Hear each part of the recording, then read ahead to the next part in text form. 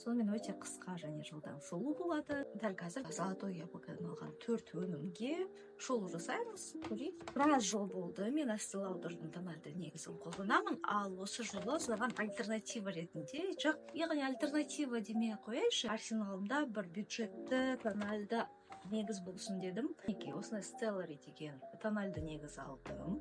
Өндіруші қай жақ екенін білмеймін. Швейцария деп. Бағасы өте қолжетімді. 4082 теңгеге шықты. 4992, яғни 5000 теңге тұрады екен. Маған жеңілдікпен, яғни 4000 теңге шықты. Бар әлі ашылмаған. Бірден осы жерде макияж жасап кететін боламын. Сонымен мен бетімді дайындап алдым, уайымдамаңыздар.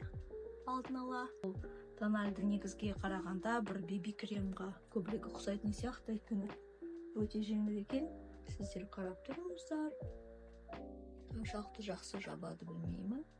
Жалпы золотой яблокада бюджетті өнімдерден таңдау өте көп. Жас өспірімдерге де өздеріне қажетті зат тапса болады.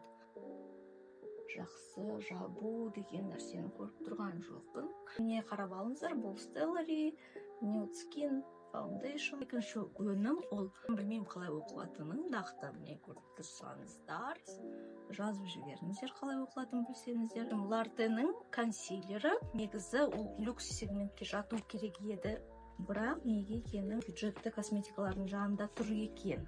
Ресей мен Италияның бірігіп жасаған өнімі деп естідім. Жағып көрген кезде қолыма тестірді ұнады. Әрине, мен ойлаймын, атақты Тарт консилеріне ешқандай консилер жетпейді. Шик деген косметиканы білетін шығарсыздар. Негізін қалаушы Наталья Шиктің өзі айтады, егер белгілі бір косметикада, яғни өзінің формуласы бар, бұл формула патенттеледі, одан кейін дәл сондай қылып басқа ешкім жасауға құқығы жоқ. Сондықтан мысалы Тарт сияқты консилер жасай алмайды.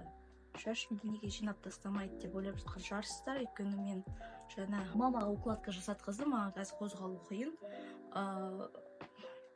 Құртылып қалама деп уайымдап жатырмын, егер былай жабыстырып байлап тастасам.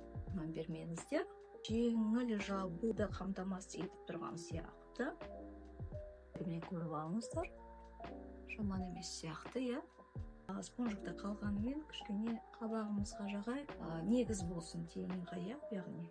Үшінші өнім ол Наталья Шиктің бет бояуы. Инстаграм парақшамда айтып кеткендей, қыстың кезіне румяналардың мүмкіндігінше кремді негіз болғаны дұрыс.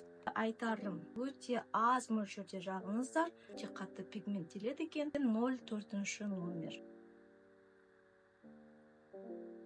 Қолмен жағуға кеңес беремін. Кім қайда жағады? Осыдан кейін барып қана спонжды қолданамын. Кремді бет бояулардың бір жақсы, олар жақсы растушевка жасалады, және де бетте дақ болып қалу қаупі өте аз. Осындай нәтиже шықты. Айтуға ұмытып кеттім. Құны негізі бюджетті деп айтпай қояйын, 7290 екен. Жеңілдікпен 5700-ге шығыпты. Шиктің құны 5000, жеңілдікпен 4400 болыпты. Енді бұл бюджетті сегментке жатады деп ойлаймын. Келесі алған өнімім ол да Stellary'дан қасқа арналған қарандаш, және де мына жағында міне сондай щеточкасы бар. 1930, жеңілдікпен 1500 теңгеге шығыпты. Неге бұны алдым? Өйткені түсі ұнады маған. Ашық түс. Маған сол жерде қатты ұнады. Мен бірден қасыма бояп көрдім.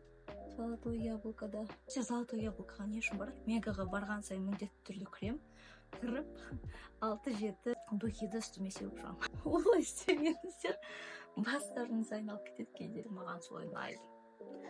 Сол үшін міндетті түрде золотой яблокаға кіріп, неше түрлі духиді сеуіп, сосын бірақ тұрамын.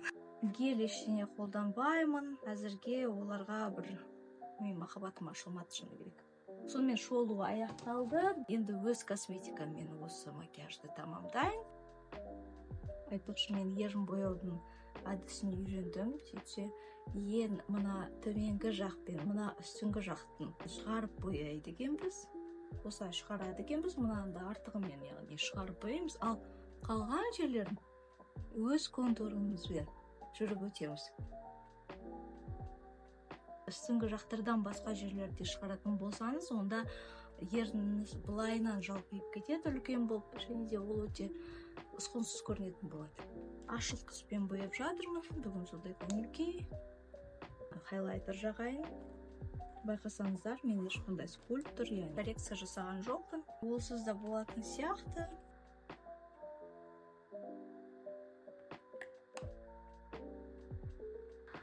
Айтпақшы, тартта менде мұндай хайлайтер бар. Хайлайтер ретінде пайдаланған жоқпын. Мен оны тень ретінде пайдаланамын. Өйткені маған жалпы Dior'дан басқа ешқандай хайлайтер ұнамайды. Өйткені оларда бөлшектері, жылтырақтардың бөлшектері өте үлкен көрініп тұрады. Ал тень ол жарайды. Кішкене қоңырлау түсті алып. Ең бастысы дақ боп қалмау керек. Осымен тамам. Мен шаршап жатырмын. Бала қатты қозғалып жатыр. Енді осы макияжбен мен біраз шоу түсірем қазір. Инстаграм желісіне, маған инстаграмға тіркеліңіздер. Сіздерді сонда күтемін. Кездескенше.